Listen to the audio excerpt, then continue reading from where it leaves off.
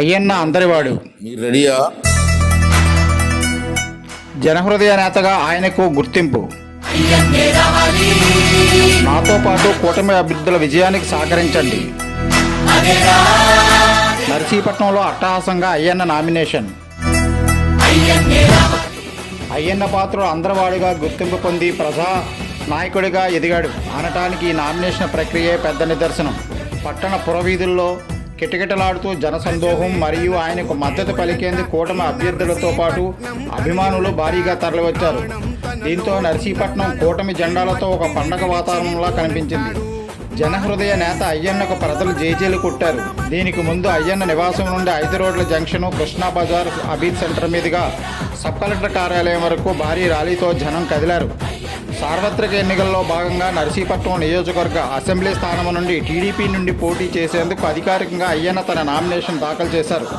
అనంతరం జోష్లో ఉన్న తమ అభిమానులను ఉద్దేశించి ఆయన మాట్లాడారు. ఓటే మన వజ్రాయుధం. ఉత్తమ పాలనను అందించే నేతలను ఎన్నుకునే విధంగా ప్రజలు సహకరించాలన్నారు. దేశ రాష్ట్ర ఉజ్వల భవిష్యత్తును దృష్టిలో ఉంచుకొని ఓటు హక్కు వినియోగించి అభివృద్ధి దిశగా ముందుకు సాగాలన్నారు.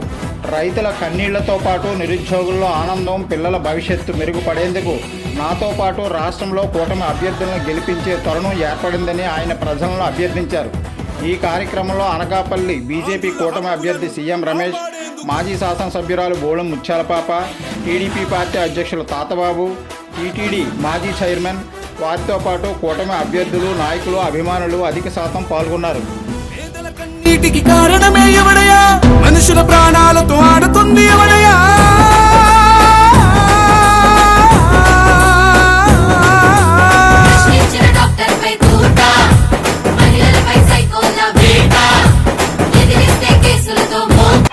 మరొక శుభ సూచకం, పెదబాబు గారు, ముత్యాలబాబు గారు కూడా వచ్చి వారి ఆశీర్వాదాన్ని అందిస్తున్నందుకు కూడా వారికి కూడా నా మనస్ఫూర్తిగా ధన్యవాదాలు చేస్తున్నాను.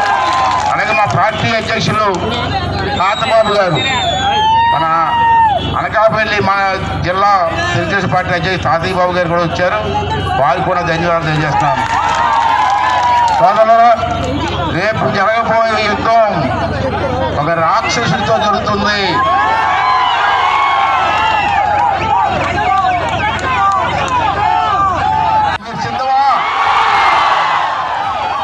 యుద్ధానికి మేము సిద్ధం, మీరు సిద్ధమా? ఇవాళ నాకు చాలా ఆనందంగా ఉంది. ఇంత ఎండలో కూడా ఇంత సంతోషకరం ఏంటి చెప్తూ అంటే ఎండ కూడా మాకు కనపడట్లేదు. ఇవాళ మీకు చూసి అందరికీ మనం చేసేది ఏంటంటే, రేపు జరగబోయేటువంటి ఎలక్షన్లో ఈ రాష్ట్ర భవిష్యత్తు కోసం మీరు ఓటు వేయవలసిన అవసరం ఉంది. మన పిల్లల భవిష్యత్తు కోసం ఓటు వేయవలసిన అవసరం ఉంది. చంద్రబాబు నాయుడు గారి కోసం, అయ్యన్న పంతులు గారి కోసం ఈ ఓటు కాదు. ఈ రాష్ట్ర భవిష్యత్తు కోసం, మన పిల్లల కోసం ఈ ఓటు అని చెప్పి ఈ సందర్భంలో మనం చేస్తున్నాము. సోదరులారా, రైతు కళ్ళల్లో మళ్ళీ సంతోషం చూడాలంటే సైకిల్ గుర్తుకి ఓటు వేయాలి. అయ్యన్న పంతులు ఒకటే వస్తే చాలదు, రాష్ట్రంలో అందరూ గెలాలి, మన ప్రభుత్వం రావాలి. అంచేత మళ్ళీ రైతుల కళ్ళల్లో ఆనందం చూడాలంటే మళ్ళీ సైకిల్కే మీరు ఓటు వేయవలసిన అవసరం ఉంది. మన పిల్లలు, చదువుకున్న పిల్లలకు ఉద్యోగం లేక రోడ్ల మీద తిరుగుతున్నారు. మళ్ళీ వారు ఉద్యోగస్తులు అవ్వాలన్నా, వాళ్ళ ఆనందం చూడాలన్నా మరి మీరు అందరూ కూడా సైకిల్ గుర్తు ఓటు వేయవలసిన అవసరం ఉంది. రాష్ట్రంలో సమాజంలో ఎన్నో వర్గాలు ఉన్నాయి. అన్ని వర్గాలు నష్టపోయాయి. అన్ని వర్గాలకు కూడా మళ్ళీ సంతోషం చూడాలంటే మీరందరూ కూడా సైకిల్కే ఓటేసి చంద్రబాబు నాయుడు గారిని గెలిపించవలసినటువంటి అవసరం ఉందని చెప్పి సందర్భం చేస్తాను. నేను ఈరోజు ఉదయం అనకాపల్లి నామినేషన్ ఇక్కడ సీనియర్ నాయకులు రావడం జరిగింది. అలాగే నర్సీపట్నం ప్రజలు నర్సీపట్నం అభివృద్ధి చెందాలంటే అయ్యన్న పాత్ర రావాలని చెప్పేసి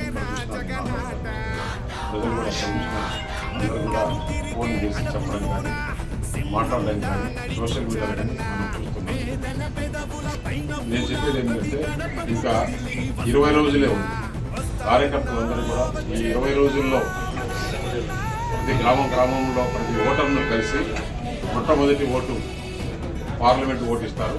ఆ పార్లమెంట్ ఓటుకు కమలం గుర్తు పైన, నర్సీపట్నంలో 2వ ఓటు ఆయన పార్టీ సైకిల్ పైన వేసి ప్రమాణమైన మెజార్టీ గెలిపించవలసిందిగా కోరుతున్నాను. అలాగే పార్లమెంట్ అభ్యర్థిగా నేను భారతీయ జనతా పార్టీ తరఫున 24వ తారీఖున నామినేషన్ వేయబోతున్నాను.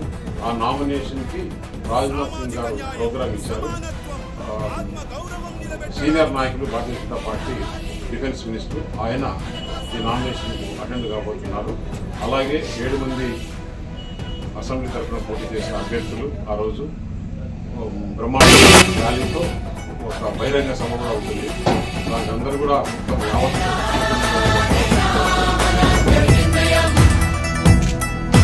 ప్రజలే తనకు దేవుళ్ళంట, ఈ నర్సీపట్నం తన ఇల్లంట.